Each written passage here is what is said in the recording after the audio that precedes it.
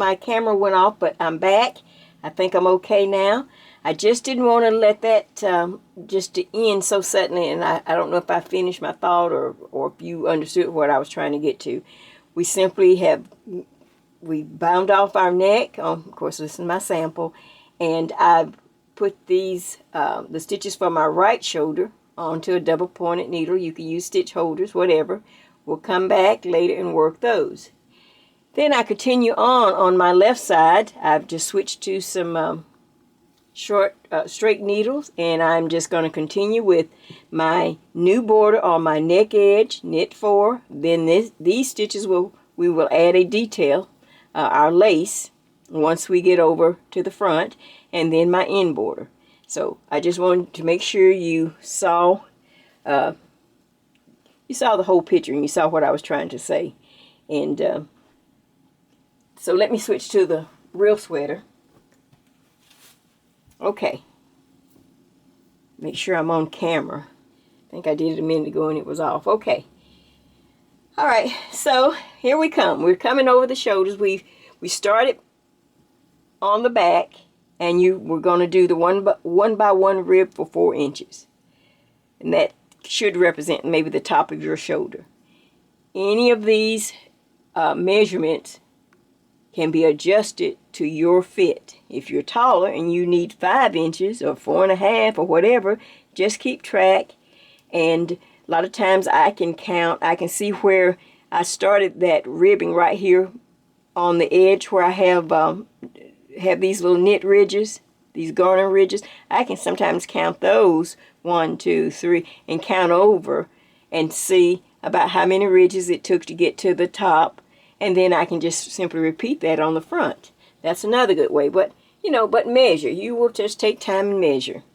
And I'm going for 4 inches. 4 inches on the back, and now I'm coming across the front to put 4 inches here before we actually start our detail. Now let me just add this. Okay, as we come down, and these other stitches are on your stitch holder. This is just a tip from Jay. After years of knitting and unknitting and having problems, once you finish this side and you feel like you have the right measurement, I'm using 4 inches, then just simply take that needle and put a cap on it and stop. Just stop, have patience, go back up, and start the 1 by 1 rib area on this front. It will make your life so much easier, and you will be a happy camper. If you would just take this tip from Jay. Because, you're not going to get it all done in a day or two, in one day or something. So sometimes you have to put it off because life happens. You have to cook, you have to go places. And then when you come back, even though it's your hands and your needles but your gauge could be, you just knit different sometimes on different times. So I try to go ahead and finish these 2 sections, 4 inches down for me, come over this front 4 inches down. Now, I know at least these 2, remember I'm a stickler for symmetrics and mirror images and trying to have things to be balanced.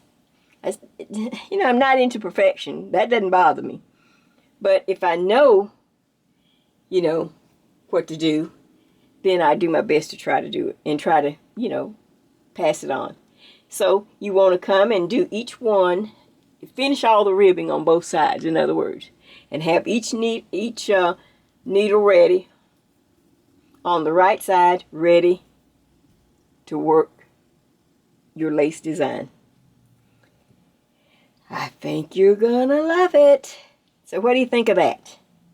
Oh, now before we start the fun part, getting ready to knit. Okay, the back of this vest is the back. It's done. We had our own formula for the back. We had certain numbers for the back, but the back is done. So as we come to the front, we need to figure our numbers for each front. Of course, you hope to have like the back, my number is 76. Of course, I wanted to be able to divide 76 and have fronts that are equal as we get ready to knit and put this design in. And so, what we need to do now is go over our numbers. I'm sorry, math again. Okay, but I think it's going to be okay. So, let's get on with it so we can get to the knitting, the fun part. Well, let's go. Let's give it a try. I'm going to do my best to make it as simple and in simple terms. First thing I want to do, and you'll want to do, is to count and see how many stitches you have. This is my sample, of course, and I'm pretending that I have knit. I've done the 1 by 1 rib for 4 inches, and I'm getting ready to start our I'll be getting ready to start our our lace, Snowdrop lace. Okay, there we go. Okay, so the first thing you want to do, count your stitches. Just count them, and I've counted mine, and I have 35. This is, I'm doing a sample, the right size of the real sweater. And I have 35 stitches. I have a border of 4 stitches here. I have a field of 27. And then I have another border of 4 that goes along, you know, the neck edge, the front edge. And we're coming this direction, even though it's turned that way. Well, it's going that way. All right. But nevertheless, how many stitches do you have? I have 35 stitches on this one front. Okay, when I started and I cast on my number of stitches, I had a border of 4. You remember that? I had a border of 4. Then I had 76, another border of 4, and that, add all that together, that equals 84 stitches. So I started with 84 stitches for the back. Okay, now the front has to be doesn't have to be exact, but it needs to be close to your back. So I'm going to take 84 and I'm going to divide it by 2, and that will give me 42. So 84 divided by 2 equals 42 stitches for right and left front. That's what I'm aiming for. You don't have to go that number because this is not a sweater. This is not a cardigan that is going to close. But that's what you are allowed by the math. Okay, so I've counted my stitches. And I have 35. So I have 42 stitches would represent each side. I'm going to subtract the number of stitches I have that I'm knitting on from 42. That's like the perfect division, half of what we started with, 84. And 35, and I get 7 stitches left over. Well, that 7 stitches will represent how many increases we will use in this pattern. You can use more or less. You know, if you're tall, you may want to go more. If you're short, you know, you can go less. But 7. So this is our increase number. We'll make 7 increases. Now, for the formula. Okay, for my formula for the front, we have to have a formula. All right, let's see, can I put it, oh, here, let me do it this way. Okay, let me just get another sheet. All right, here we go. For my formula, this pattern, the Snowdrop pattern, and I'm going to show you where I got the pattern from, is a multiple of 8 plus 3. My vest front, I just said I have 35 stitches on my vest. Okay, and I want, of course it has a border on each side, so 4 and 4, If I take 8 from 35, that leaves me the 27. 27 stitches, what I have right here in the middle. Now, if I take, how many times will 8 go into 27? Well, 3 times 8 is 24, and if I add 3 stitches, the plus 3, I get 27. Well, we don't want to use that particular number, because there's no room for, the pattern will fall up under your arm, and it will be so close, well, it'll be right at the front border, it won't make a nice increase. So we're going to drop down, and we're going to take 8 times 2. We're just going to put 8 into 27 2 times. That makes 16. 16 plus 3 equals 19. Now I can take 19 and use it. 19 from 27 will give me 8 leftover stitches, which I can divide. So this is how it's going to read for my formula. You know we have a border of 4. And as soon as you get a calculation, always put that in a block or something. That helps you remember a block goes right into the block. So I know 19 goes there. I know border of 4 goes there again. Okay, so now I have 8 stitches over here left over because I took 19 stitches from my 27 stitches. Okay.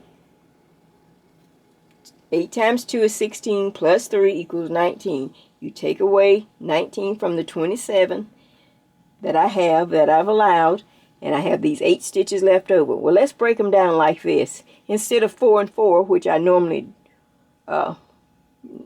do in a regular pattern, how about on the front side of the pattern, near the front edge, I'm going to put 2 stitches. And near the armhole, or arm space area, I'm going to use 6 of those stitches. And then if I add a border of 4, 6, 19 is my field of design, 2 and B4, it equals 35 stitches. And that's all I need to know. So this is how I will be knitting. 4 for the front border, then 2 stitches. We'll work our design. Then 6 stitches right before the arm space, and then a border of 4 on this end. And that's it. That's all there is. But you can play the tape over and over. I try to make it simple. It can get confusing. It's so funny that something that you know, when you've done something, say if you made a recipe, a cake, and you just they've passed it down in your family, and you know how to just make it without even looking at the recipe. You know, you put a pinch of that, and then you mix a little of that, and then sometimes you can tell when, oh, I need a little more of that. And then you try to write it up for someone or tell someone else how to make it, and it's like, oh, man. So, this is a challenge for me as well as for you. But you're going to like it, and if you just take time and just look at the math and keep it simple. Like I said, I'm not an expert. But I know it works because you've seen all my sweaters and all my vests. And you're going to look good in yours too. Would I make a good salesman? Okay, so we have our formula for the front. I've worked on my ribs going across the front. So let's get into how our pattern looks. The fun part. Yay, finally. Oh, and don't forget, I have some other things to add on here. We're going to add some beads. So, I'll show you all of that in just a minute. Oops. Now, for our pattern. This is a book I've used before. Like I said, it's one of my favorite. It is Super Stitches Knitting by Karen Hemingway. And it's a really nice book. I've had it for a long time. You can see I've really used it. Now, if you have other books, other stitch books, and you think, well, I wonder if she's going to use some of the ones I have. Well, don't worry, because I use them all. I love them all. from Margaret Huber to Melissa Leakman to Carla Sims, Darla Sims. I'm sorry, I was trying to read over here to see who else I had. Let me see. Well, I won't try to, let's see, Sharon Turner. There's so many. I won't try to go through them now, but if I hadn't used one yet that you have, don't worry, I will. I'll get around to it. Like I said, we have a long way to go. Okay, so this is the book I've used before, and I'm going to use one of the stitches out of her book that I thought would be appropriate for the yarn. Remember, I'm using the real yarn is Jay's Bringing Jiffy Back. It's Jiffy. And when I saw this Snowdrop lace pattern, I thought it was perfect. I hope that's not a glare. I thought, oh, that would look so nice. So, but, cautionary tale. Because we're working from the back and over the shoulders, every pattern, especially directional patterns, don't look quite as good.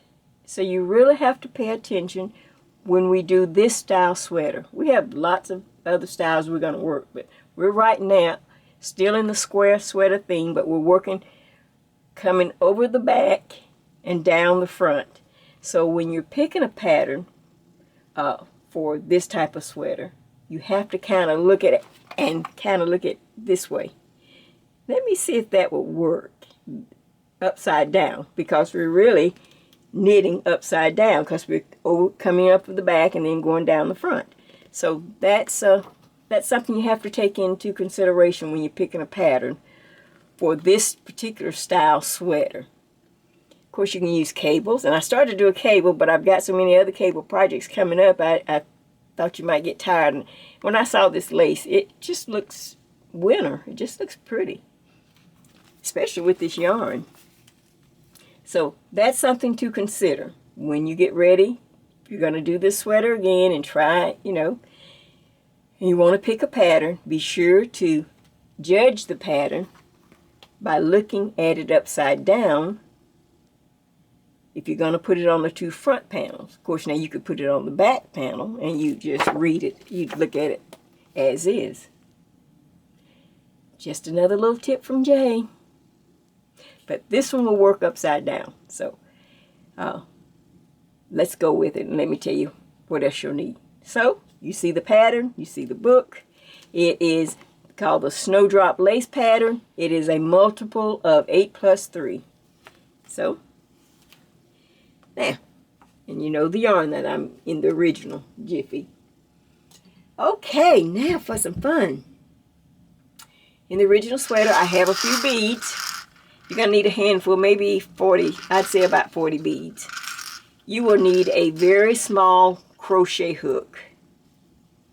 Let's see, can I put this up so you can see? It's just a very small crochet hook. On the front it says 1.4 millimeters. On the back, I think it has the number 8. I hope that shows up. But anyway, you can listen. Okay, this is just a nice one I have. I found this somewhere, and it was just a real nice one. Didn't think what I was going to do with it. And then one day I realized, oh, I need it. Now, the first thing before you even do anything, you need to see if this crochet hook will go through the bead you've picked out. It needs to be a large hole bead. These are some old ones I bought somewhere. Who knows? I buy stuff all the time. And thank goodness I had a bag left. So, as you can see, it fits over my crochet hook, and that's the main thing. That's the most important thing, that your bead will fit over that. Or you can go over in the kids section at Joann's or Michael's or somewhere where they sell the kids beads, those pony beads. Got a bag of these designer beads. Pony beads, that's what they're called. Yeah, I thought that's what they were. And I use something, of course, since my yarn is, creamy off-white, white, or iridescent, or something like that will stand out. And as you can see, the pony beads, they're really nice and big, so you wouldn't have any problems with that bead. You see that? And it's white iridescent or something. I thought, oh, that'd be pretty. So, and of course you will need just have stitch markers available as usual. So, all right, but before we can get to our beads, we need to do a little knitting. And that's what we're going to do next. So, I have my needles. I'm on the front of my yarn. And I'm ready to go.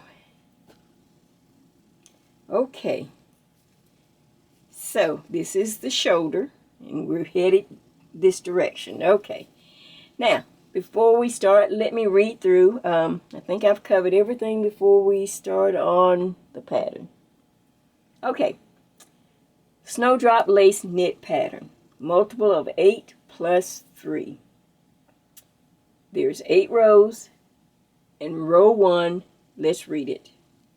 Row 1 is the right side. And it says knit 1, knit 2 together, yarn over, knit 5, yarn over, slip 1, knit 2 together, pass slip stitch over, yarn over, repeat to the ending, knit 5, yarn over, slip 1, knit 1, pass slip stitch over, knit 1. So let's see how that works. Okay, well, first thing you know, we have our 4-stitch border. Okay, all right, now it's slide my marker, and remember on my formula, did you forget our formula? Remember, we're going to have a border of 4, and then I'm going to put 2 extra stitches right after I slip that marker. Pick up another marker and place it there to remind you.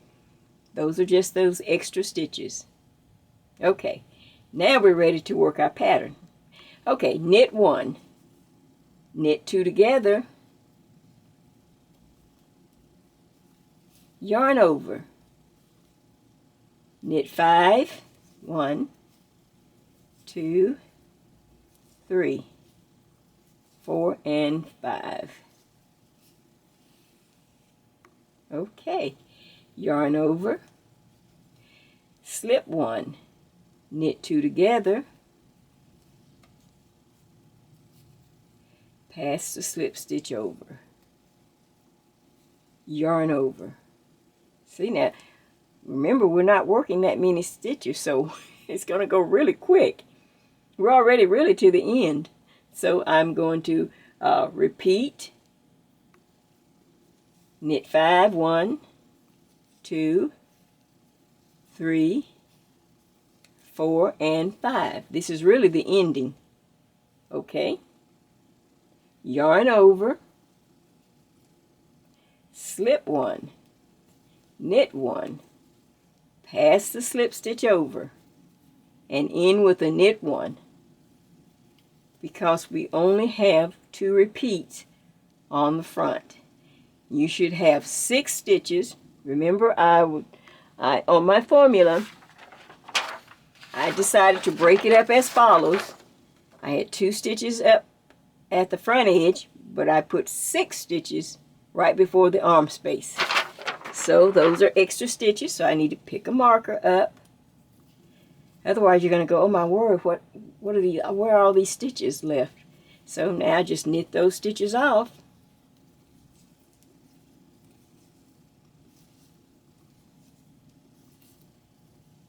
Okay, now I slide my border marker and I knit those 4. Now how easy is that? And how quick? You're going to go, oh man, this... Okay. We have 2 repeats on this pattern. Okay, remember we took 2 times 8. So that tells you how many repeats you have. All right, now row 2 and all wrong side rows, purl. So let's see, can I get a purl in here real quick? So of course the borders though are knit.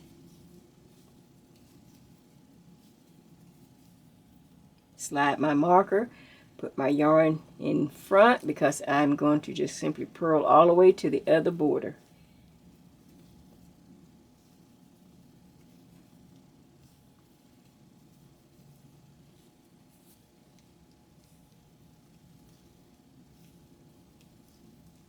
Slide my marker.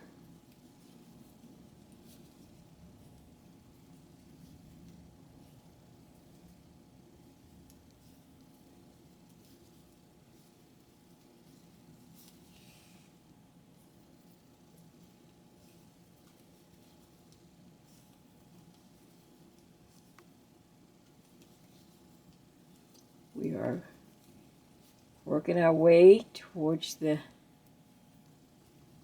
other border.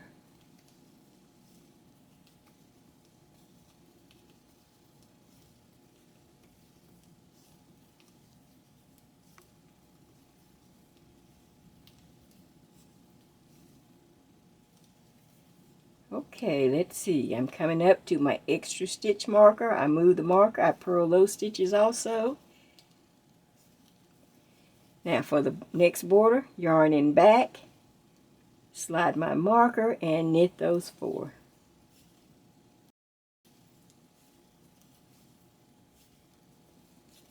Okay, and turn the work.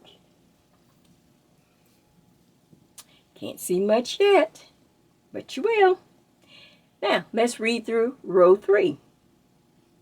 Row 3 says, knit 1, knit 2 together, yarn over, knit 5, yarn over, slip 1, knit 2 together, pass slip stitch over, yarn over, and you repeat to the ending of knit 5, yarn over, slip 1, knit just 1, pass the slip stitch over, and end with a knit 1 to end row 3.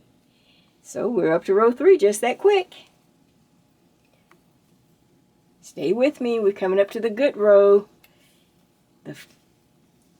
We're going to do row 3 real quick. So row 3, a border, my 2 extra stitches, slide my marker. Now let's go. It says knit 1, knit 2 together, okay, yarn over, knit 5. That's 1, 2, 3, 4, and 5.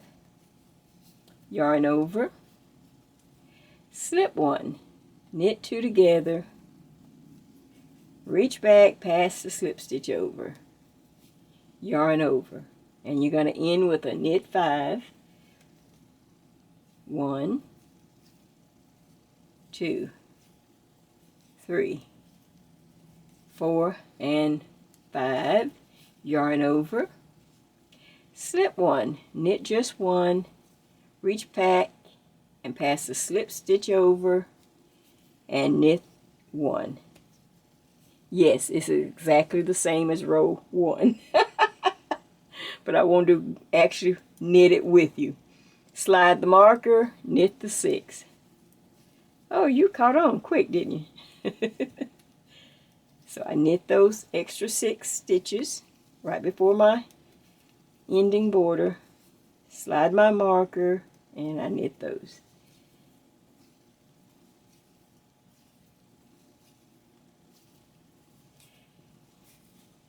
Okay, now, of course,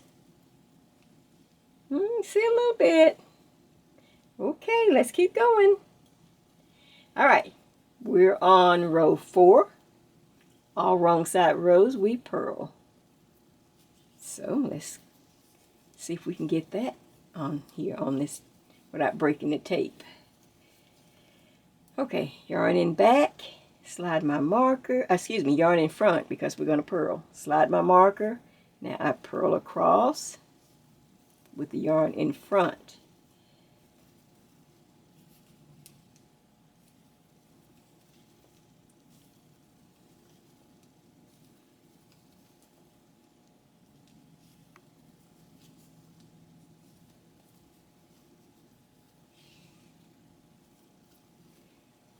Okay, slide up a little bit and continue across.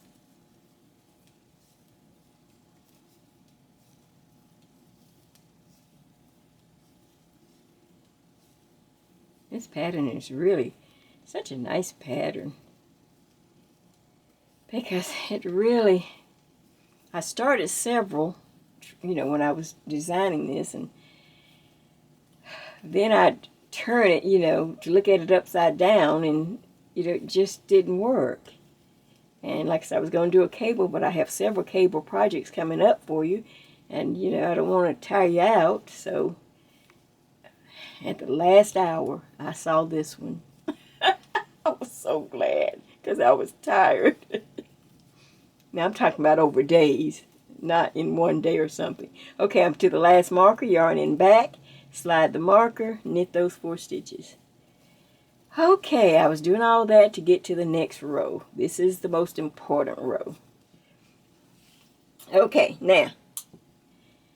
Oh, okay, I see a little bit. Okay, now, row 5. I want you to, I've tried to make a note on the screen so that it will catch your attention, but make a little note on a little notepad or somewhere too, just to help you to remember. Row 5 is the row that you will add the bead and you will do an increase. I always try to find a way in my pattern to, since, I don't have a written pattern to look at, so to help me to remember where an increase will fall, I always put it in the pattern on a certain row, maybe a row that will catch my attention. And row 5 is the row that I'm going to, because the bead was the perfect place. I have 1 stitch that the bead just works beautifully on. And I thought, well, let me do the increase on that row also. So, let's see, can I do it, or should I start on the next tape? Let's see. All right, let's see if I can get it down here. Okay, first of all, we have to read through row 5. Row 5 says, knit 3, yarn over, slip 1, knit 1, pass the slip stitch over. Then there's a big knit 1, which will hold our bead. Then knit 2 together, yarn over, knit 3, and repeat to the end. And you'll be sure to add a bead in the appropriate stitch, which I've tried to mark or make known to you, and you will increase 1 stitch at the beginning of the row. So here we go. All right. First thing I want to do is knit my 4 border stitches. All right. Now, right after the border stitches, we slide this marker. This is where you will make your increase every 5th row, right after this marker. And the way you're going to do that is you're simply going to make one right here. You're going to open up your stitch, lift up this strand, stick it on the left-hand needle, just like that. Then you're going to knit that particular stitch through the back loop, just like that. Just knit it through the back loop, and that is 1 stitch increase. Now I knit the next 2 stitches. I made the increase as soon as I finished the 4 stitch on for the border. I slid the marker, I made an increase, and then I knit the extra stitches. Now I'm right back in pattern. So slide the marker, and row 5 reads, knit 3, 1, 2, and 3. Now Let's take our time. Yarn over, slip one, knit one, reach back and pass the slip stitch over. Okay? And then lay the work down because we're going to add a bead to the very next stitch, this stitch right here. Okay, and this is all you have to do. You take your crochet hook, your small, we've already tested to make sure that our bead would go, that the hook would go through the bead. There it is on the hook. Here's the stitch I want to add the bead to. I lift the stitch off of the needle. I stick the crochet hook through the yarn and I grab it and pull it through the bead, just like that. Then I slip the stitch back on the left-hand needle, and now we have to knit that stitch because it's a knit one. So I knit the stitch with the bead on it. Now I continue. Now, the next thing is knit two together, so I knit two together. Yarn over. Now knit three. 1, 2, and 3. Now this one we repeat. Yarn over, slip one, knit one, pass the slip stitch over. You see that? All right, reach down. I need a bead. I put it on my hook. I see the next stitch. I need to put the bead on. I lift it off the hook, grab it and pull it with a little force. If you don't get it the first time, go back and just try it again. Every once in a while you get a bead though with a bad hole in it. Let's see. There we go. Yank it through, put it back on the needle, and I have to knit that stitch before I can go on. Now, the next thing is to knit two together. Yarn over and knit 3. 1, 2, and 3. Okay. Pop. Okay. Now, I slide the marker. I knit the 6 that separates. It gives me a little room before my arm space. So there's the 6, and then the last marker that separates my last border.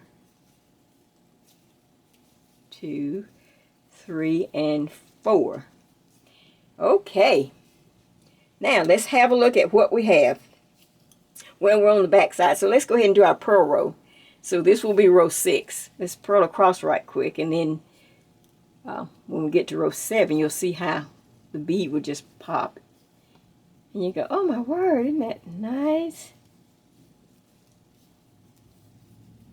I tell you, watching Stacy over at Very Pink Knits, she's one of my favorites, along with Judy Graham, helped me get over my fear of beads, having to deal with it.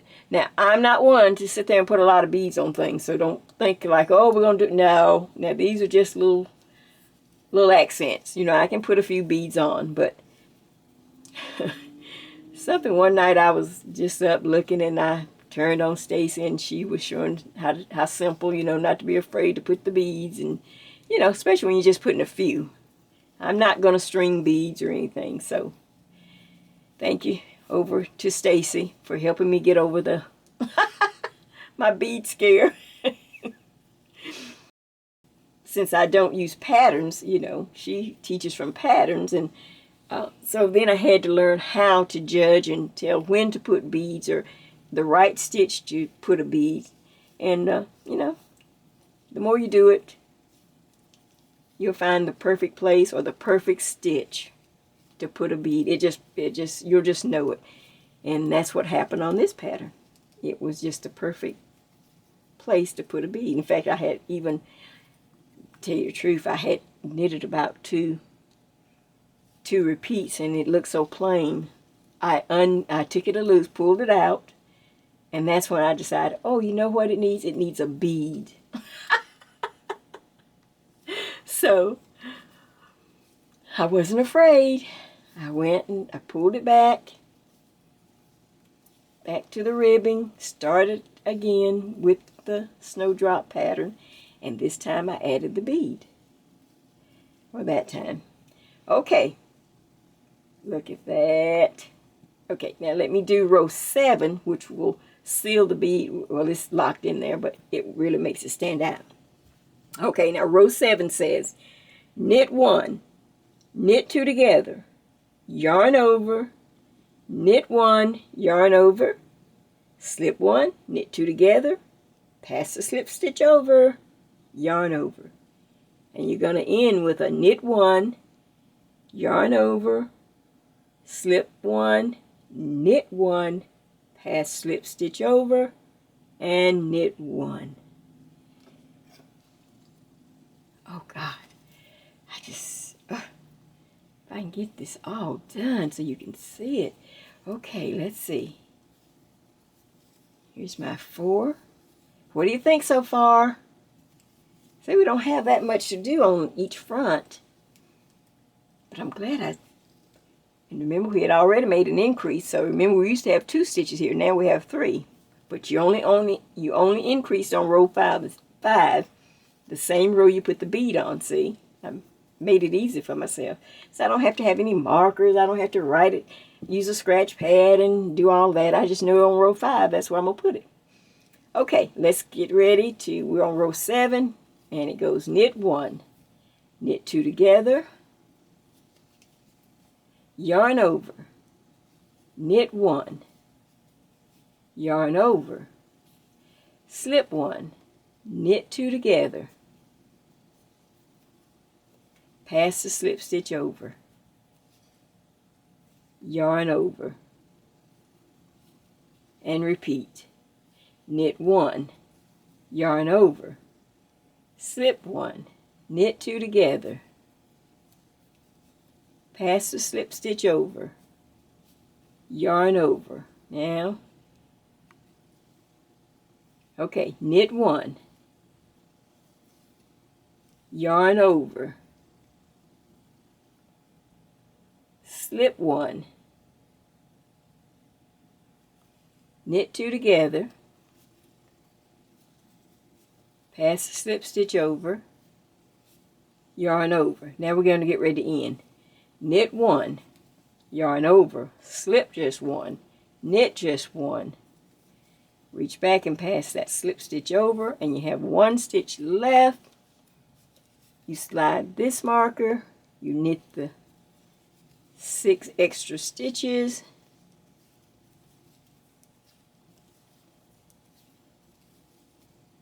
You slide, oops, one more. Make sure I just have 6, 2, 4, 6, that's right. And slide the marker and knit the last 4.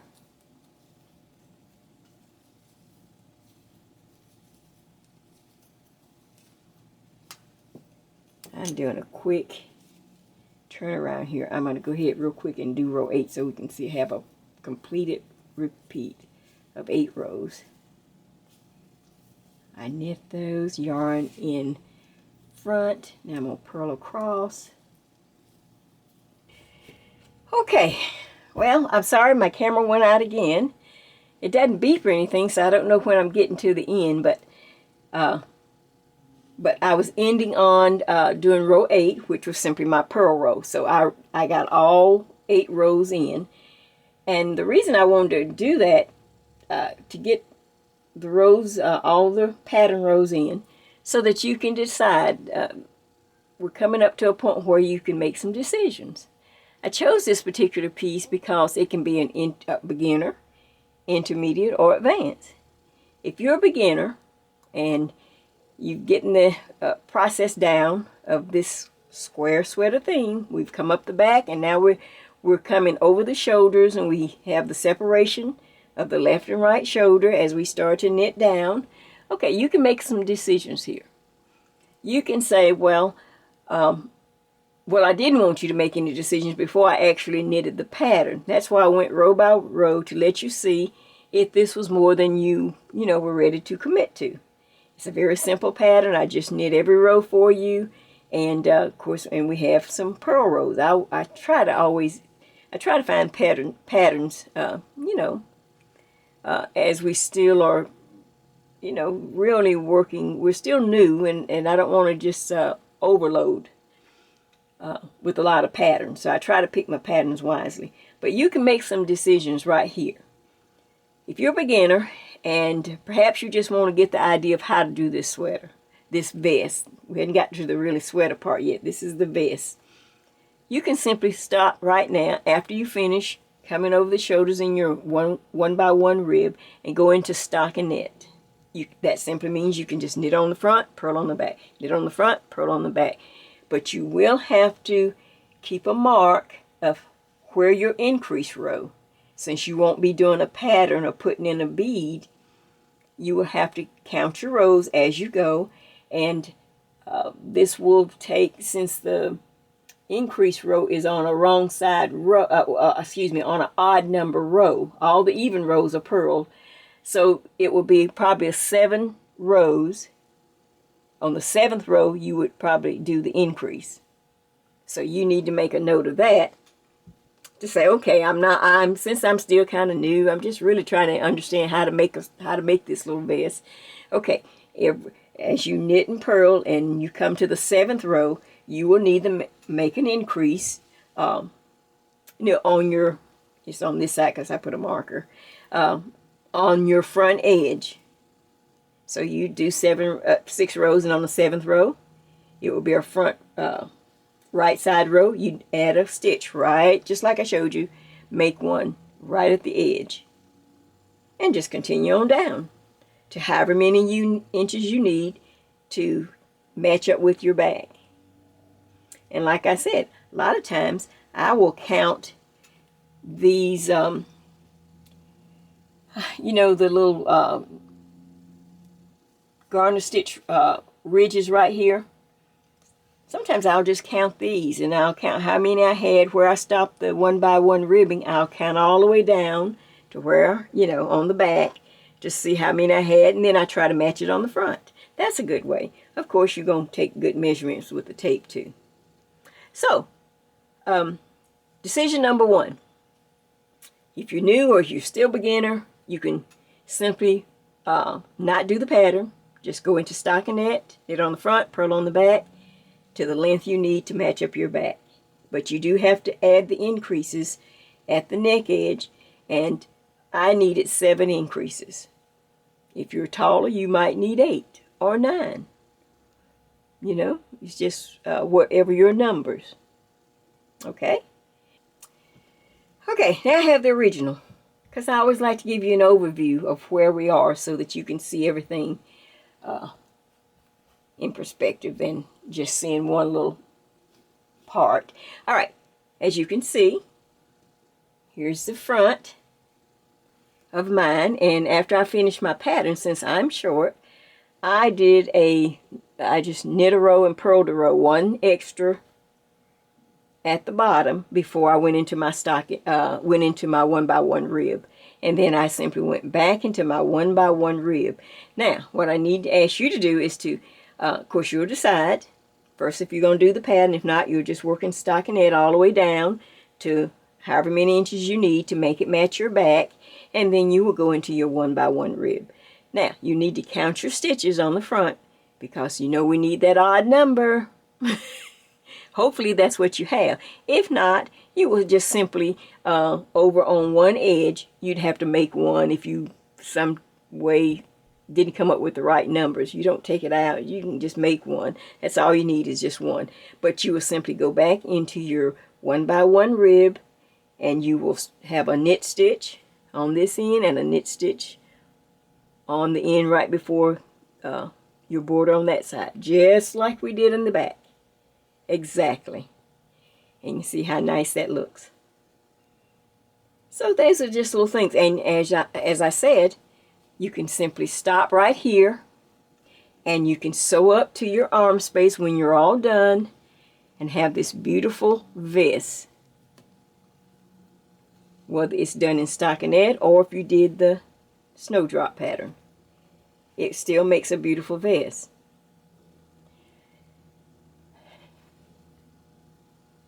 Front and back, completely done. All you have to do is sew up the sides. Be sure to leave plenty of room though, because you are going to wear this over something. So I never tie off my underarms. I just leave the long tails on each end, at this end and at this end, so that I can just slide that yarn back and forth, and then I try it on over something, maybe one of my little shell tops or whatever. But leave plenty of room under. Don't have your arm space so tight that once you put it on with clothes, you know, it's just going to pull and not look right. And then once you find the right, you know, opening, the space, of course, take out whatever yarns you need if it's, you know, if you need to. Like I said, then I can count these garter ridges here to line them up and see how many I have on each side, and try to, and that's a good way to get the same length. So I hope those are some tips that will make it easier for you. Never tie anything off until you actually try it on, and then once you see that you can count or measure and you got things pretty much like you want it. That way, just saves you a lot of headache.